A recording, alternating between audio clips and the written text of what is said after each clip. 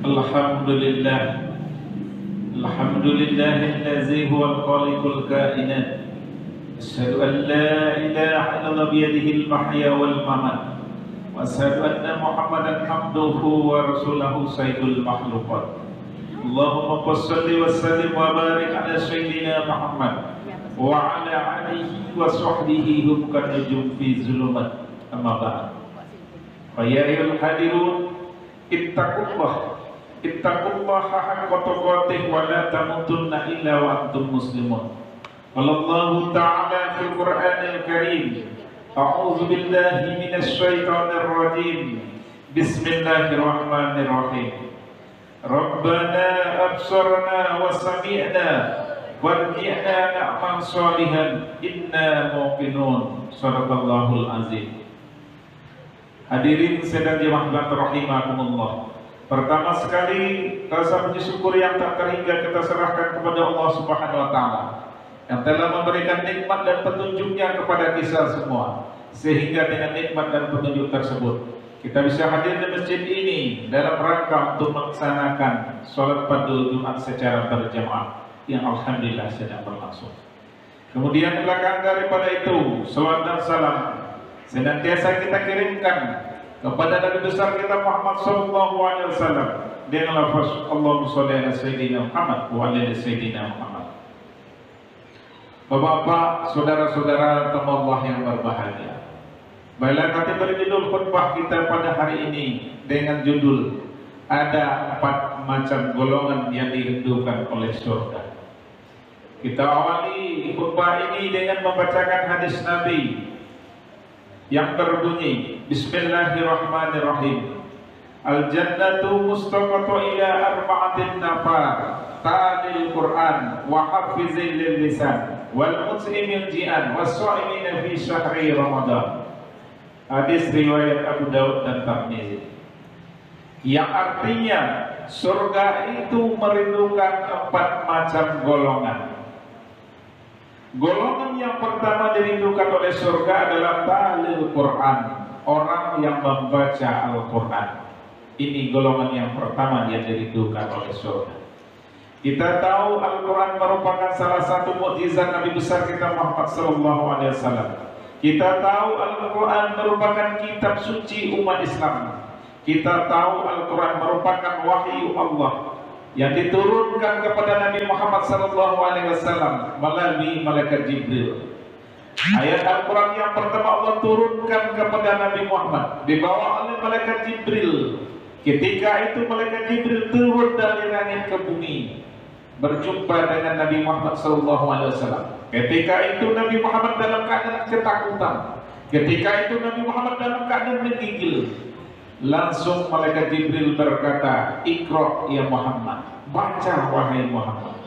Dijawab oleh Nabi Muhammad, "Ma'ana la biqouli, saya tidak bisa membaca." Kembali untuk kedua kalinya Jibril berkata, "Iqra ya Muhammad, baca wahai Muhammad." Tetap dijawab oleh Nabi Muhammad, "Saya tidak bisa membaca." Untuk yang ketiga kalinya Jibril berkata, "Iqra ya Muhammad, baca wahai Muhammad." Tetap dijawab oleh Nabi, "Saya tidak bisa membaca." Mengapa malaikat Jibril pertama sekali menurunkan Al-Quran langsung menyuruh Nabi Muhammad untuk membaca Al-Quran? Padahal Nabi Muhammad belum pernah melihat huruf Al-Quran, belum pernah belajar Al-Quran. Bagaimana Nabi Muhammad bisa langsung membaca Al-Quran? Apa maksud daripada malaikat Jibril mengatakan Iqra, Iqra, Iqra sampai 3 kali? Apa hikmahnya? Hikmahnya adalah di balik Jibril mengatakan Iqra, Iqra, Iqra sampai 3 kali, adanya perintah yang kuat, adanya kewajiban bagi kita umat Islam untuk belajar membaca Al-Quran. Jadi belajar membaca Al-Quran itu hukumnya wajib. Apalagi kita yang hadir di masjid ini, yang sudah berkeluarga, merupakan pemimpin di rumah tangga, wajib kita belajar membaca Al-Quran. Setelah kita pandai, ajarkan anak dan istri kita supaya mereka pandai membaca Al-Quran, karena hukum membaca Al-Quran adalah wajib.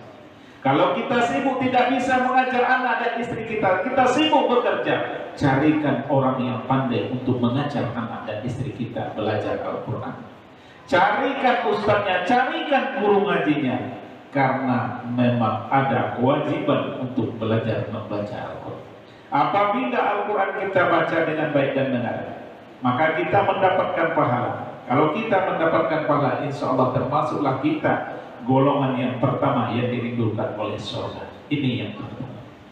Jemaah Jumat yang saya hormati, golongan yang kedua yang dirindukan oleh surga adalah wahafizil lisan, yang artinya manusia yang menjaga mulutnya. Ini golongan yang kedua yang dirindukan oleh surga. Pepatah mengatakan, mulut kamu adalah harimau kamu yang akan menerkam kuduk kamu sendiri. Artinya apa? Salah bicara bisa jadi orang lain tersinggung kepada kita. Salah bicara bisa jadi orang lain kecewa kepada kita. Salah bicara bisa jadi orang lain marah kepada kita. Salah bicara bisa jadi orang lain menghajar kita. Salah bicara bisa jadi orang lain membunuh kita gara-gara mulut kita salah bicara. Maka oleh sebab itu mari kita jaga mulut kita. Bagaimana cara menjaga mulut? Berpikir dulu baru berbicara, jangan terbalik. Jadi sebelum kita berbicara, kita berpikir, apakah kata-kata saya ini membuat orang lain tersinggung? Apakah kata-kata saya ini membuat orang lain kecewa? Apakah kata-kata saya ini membuat orang lain sakit hati? Kalau seandainya iya, kita lebih baik diam. Dan biar itu emas bagi kita. Tetapi sebaliknya, jika kata-kata kita dibutuhkan oleh orang lain, penuh manfaat, penuh nasihat, barulah kita berbicara. Jadi ini yang kedua. Manusia yang dirindukan oleh surga adalah manusia yang menjaga mulutnya. Mari kita jaga mulut kita dengan cara berpikir dulu baru berbicara. Apabila ini kita lakukan, insya Allah kita termasuk golongan yang kedua yang dirindukan oleh surga. Jemaah-jemaah yang saya hormati, golongan yang ketiga yang dirindukan oleh surga adalah wa'un imirji'an, yang artinya manusia yang memberi makan orang yang sedang kelaparan. Ini golongan yang ketiga yang dirindukan oleh surga. Salah satu hikmah puasa Ramadan adalah bagaimana orang-orang yang hidupnya cukup bisa merasakan penderitaan saudara-saudara kita yang kurang beruntung di dalam kehidupannya. Bagaimana orang yang hidupnya berlebih bisa merasakan kehidupan saudara-saudara kita yang susah. Bagaimana yang hidupnya orang kaya bisa merasakan penderitaan saudara-saudara kita yang hidup di bawah garis kemiskinan. Kadang-kala makan, kadang-kala tidak. Hari ini makan, besok tidak. Jadi melalui puasa Ramadan, orang-orang kaya bisa merasakan bagaimana tidak makan dan minum seharian. Kalau ini sudah kita rasakan, maka akan tumbuhlah rasa simpati kita, akan tumbuhlah rasa peduli kita kepada saudara-saudara kita yang hidup di bawah garis kemiskinan. Dengan tumbuhnya sikap peduli, dengan timbulnya rasa simpati, mari kita lihat di kiri dan di kanan rumah kita, tetangga kita, saudara kita, masyarakat kita yang membutuhkan makanan. Mari kita bantu di dalam bulan Ramadan ini. Kalau mereka berpuasa, kita bantu sedekah makanan dan minuman untuk berbuka mereka. Apabila ini kita lakukan, maka kita mendapatkan pahala sama seperti pahala orang yang puasa. Dan apabila kita bersedekah makanan dan minuman kepada saudara-saudara kita di dalam bulan suci Ramadan ini, terutama yang membutuhkan, maka kita termasuk golongan yang ketiga yang dirindukan oleh surga. Jemaah-jemaah yang saya hormati, itu yang ketiga. Golongan yang keempat dirindukan oleh surga adalah washaimina fi syahri Ramadan, orang yang berpuasa di bulan Ramadan. Ini golongan yang keempat dirindukan oleh surga. Berpuasa di sini maksudnya seperti apa? Berpuasa di sini maksudnya ialah di samping kita menahan makan dan minum, kita tahan nafsu kita daripada berhubungan suami istri, kita tahan mata kita dari pandangan yang mendatangkan syahwat, dari pandangan yang mendatangkan maksiat, dari pandangan yang mendatangkan dosa. Kita tahan telinga kita daripada mendengarkan isu dan gosip. Kita tahan mulut kita daripada menggibah, daripada menggunjing, daripada menceritakan keburukan orang lain, daripada mengorek-orek kesalahan orang lain.